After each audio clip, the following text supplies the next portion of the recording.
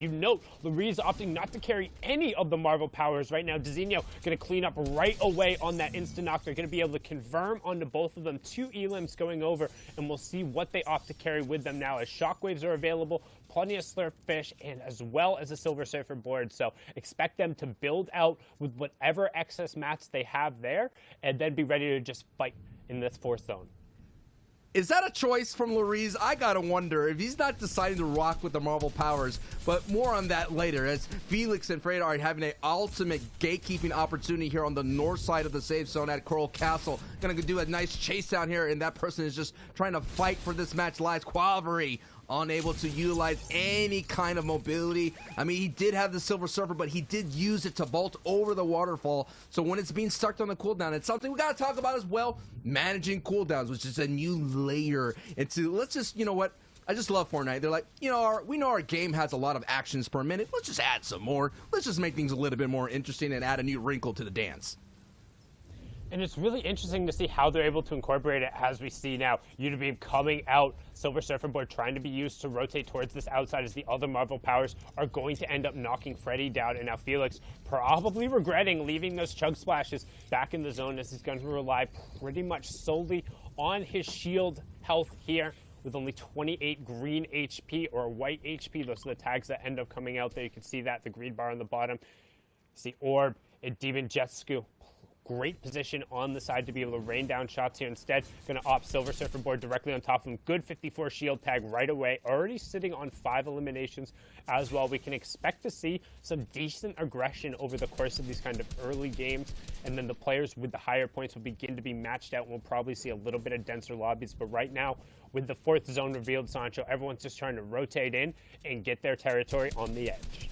Absolutely. As the tournament goes later and later into the day, the games are going to be a lot more stacked, and that's when we're going to expect a little bit of a great mixture of the FNCS competitive scene kind of colliding with the Marvel powers, and this is it. This is what we're seeing.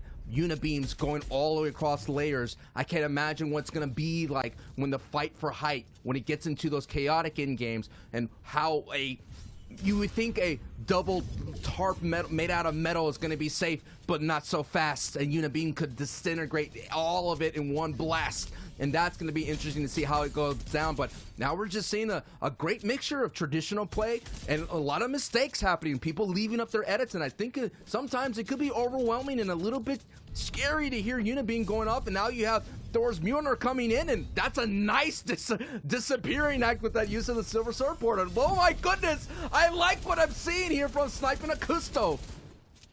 Really good job from Sipe loading it up there. I mean, first, the burst shots he hit over there onto Darker were just fantastic, but then recognizing where the opponents were, unable to combo on the first player who utilized the Silver Surfer out, but a really good job of just pressuring opponents in the builds. The difference with the Thor's Mjolnir strike, it comes vertically down, which is great for harassing that high ground like you talked about, but it makes it so much harder to kind of instantly defend and rebuild. We've talked about kind of similarities to some older Fortnite weapons going through. It's the Junk Rift, Sancho. Yes. That's what it is. It's the Thor hammer coming yeah. directly down from the sky. It's just so hard to combat against. But right now, Sipe using all of his tools with a nice little jump shot there with the epic pump. And they also pulled that 5th zone, the half in, half out. So you can expect them to try and get whatever excess resources possible and kind of expand out their base, because players are going to begin rotating into them as we're going to rotate on over to Shagrin and Cullum.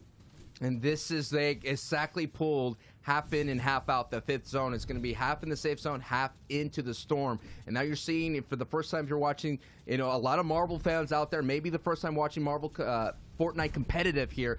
This is where things get a little spicy. All the people that are not safe are going to make these dangerous rotations, and a double Thor hammer. Okay, win to Unibeam. Okay, combo wombos left and right, Sundown. Just the double Thor Mjolnir strike. Again, we've talked about it, very similar to the Junk Rifts. It was hard to defend against, in particular with the limited amount of builds here. It burns through right away. If you're able to force somebody to kind of have to build up 2 new boxes, all of a sudden, that's a much larger percentage of their builds than it traditionally would be. As you can see right now, Dezinho and Lurie's boxed up on the high ground. The question is, did they go too early with the limited amount of resources and the number of Marvel powers that are going to be able to pressure? As you can see, Coleman and Shagger trying to utilize the crash pads to force somebody back down their level, but not quite finding it. The mat caps have been lowered to 200, 200, 200 versus 500, 500, 500. So it's essentially cut in half as Shagger picks up a nice knock with the shotgun blast. So that is what they're dealing with, as well as the siphon has been lowered from the mat per elimination to 20. So that's the kind of things that, all these, Dave Zinwu and Larice, they've competed together in a lot in FNCS tournaments, and they are used to those kinds of things. But they're definitely used to these rotations, and considering that they're sitting at height at the moment, they have a really nice priority to that zone, considering it is in the northeast. Let's take a look around who is in this match. We have various players who are not exactly have the front priority, so there's going to be some crazy rotation here. The story here for Shaq and Colum is, can they make it, sitting that they're sitting dead center Sundown? The one thing I want to note is Shagrin has the 3 floppers, has Thor's Mjolnir Strike, as well as the Silver Surfer. So if he does end up having an opportunity in the late game to kind of go for that high ground, he has plenty of utility, and you can actually see he's going to opt to drop the Mjolnir Strike, the aggressive Marvel power, to then he's actually going to drop the Shockwave as well to pick up more utility in the form of shield. So it looks like he's trying to set himself up for a heal off or a late high ground take utilizing the Silver Surfer board. Up on the high ground, we still have Louise and Dazina. No, they've actually left. It's Restiel and Nerone who are just above them. So the Become Legends player has been forced off of the priority position. Shagrin going to get a refresh there onto Rayox as well. That's their 4th elimination, 47 points so far. And again, don't forget, every single duo that drops is an additional placement point coming through, and a great double shotgun coming out there. We talk about the combos. Well, sometimes it's just all about the weaponry and the gun skill, as they own a bunch of this space. Good wall replace as well. Got the wall replace on the inside. They're trying to force everyone to kind of rotate through this building. Unibeam comes out, not quite going to find a target. Instead, opens one up. Shagrin says, no, this is too dicey for me. Silver Surfer boards out, but not quite going to necessarily find the space that he wants, and only down to 2 mats now, Sancho. And you got to be dangerous using Unibeam on that low ground. You may bring a lot more competitors than you expect. Now the rotation is going to go north onto the beach side of things of Sweaty Sands. It is the 7th zone. Shagrin and Cullum, we've been seeing, by being on this low ground to mid ground level, you could rack up a lot of elims here because a lot of people are going to be in shambles. The interesting question is, what's it going to look like with the Marvel powers in play? We already saw a couple competitors drop Thor's hammer, and we all know that could be a big factor. Buggy here, having the Silver Surfboard as well as Groot's Bramble, is in a tough spot. Now it's going to go solo. Can he clutch and rack up those unnecessary points? And you're hearing Unibeam going off left and right. It is 9 players, 8 players left, 5 placements left here, Sundown. But it pulled back. The zone pulled back, so while everyone else was on the front end of the zone and just getting put into a blender by Cole of 1, 2, 3, 4 elims going off from him there real quick. Buggy all of a sudden now is priority position on everyone else who over-rotated, and you can see him putting the punish in. 1 and 2 elims going into him, and all of a sudden it goes from top 6 to top 3, and it's a 1v1v1, and Buggy up on the high ground has the epic pump, and right away Restiel gets knocked off of the wave. Silver Surfer trying to ride to the height, and Buggy back to back slaps down the wannabes. He says, today I am the Silver Surfer, I'm the owner of the high ground, and I'll be taking match number 1 here on the broadcast of the Marvel Super Cup EU region. Wow, the Herald of Galactus, the Marvel power of the Silver Surfboard, ringing true when you all thought it was all said and done. The solo clutch, you called it, Sundown. Over rotation, that was hype.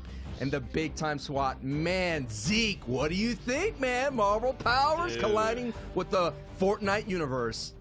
Man, I gotta give props to Buggy there. I mean, this is why you want to hang on to that board toward the end, right? The moment that it's like, okay, everything's kind of going hectic, we know people are gonna shoot for high ground. No, I could get up there with the board. Guys, how was the overall feel from the first game? I think the only thing that I want more of is, like, more powers, right? We're seeing a lot of these players run around with, like, full loadouts and then a single power. I feel like for me, if I'm gonna compete in this, I would save board, and then I would just have 4 abilities, and I would just be rocking those things on cooldown. Because with limited builds, you're like, okay, I put up my 1x1. You're like, here's my Mjolnir Strike, put up a box again. Here's my Unibeam. Keep wasting resources, you know. That's true. I like that idea, Zeke. I was in my mind when we were watching it in game. I was thinking, man, what would Wolverine's claws or She-Hulk's fist do in that situation? Because She-Hulk's fist could launch herself up and break some builds. So that would have been a big factor. And you mentioned Sundown, Thor's hammer being dropped there. That could have been something that could have been utilized in that in game.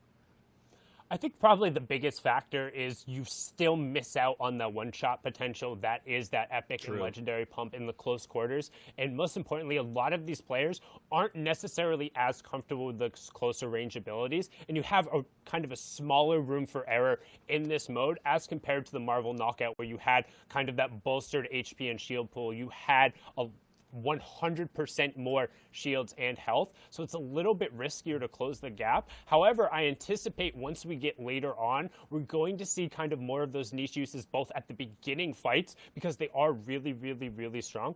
But I think one of the biggest reasons you don't see somebody going just like 5 full Marvel Knockout powers is you end up then with everything on cooldown. Like, yes, you can use all of it, then you use all the builds, but then you limit your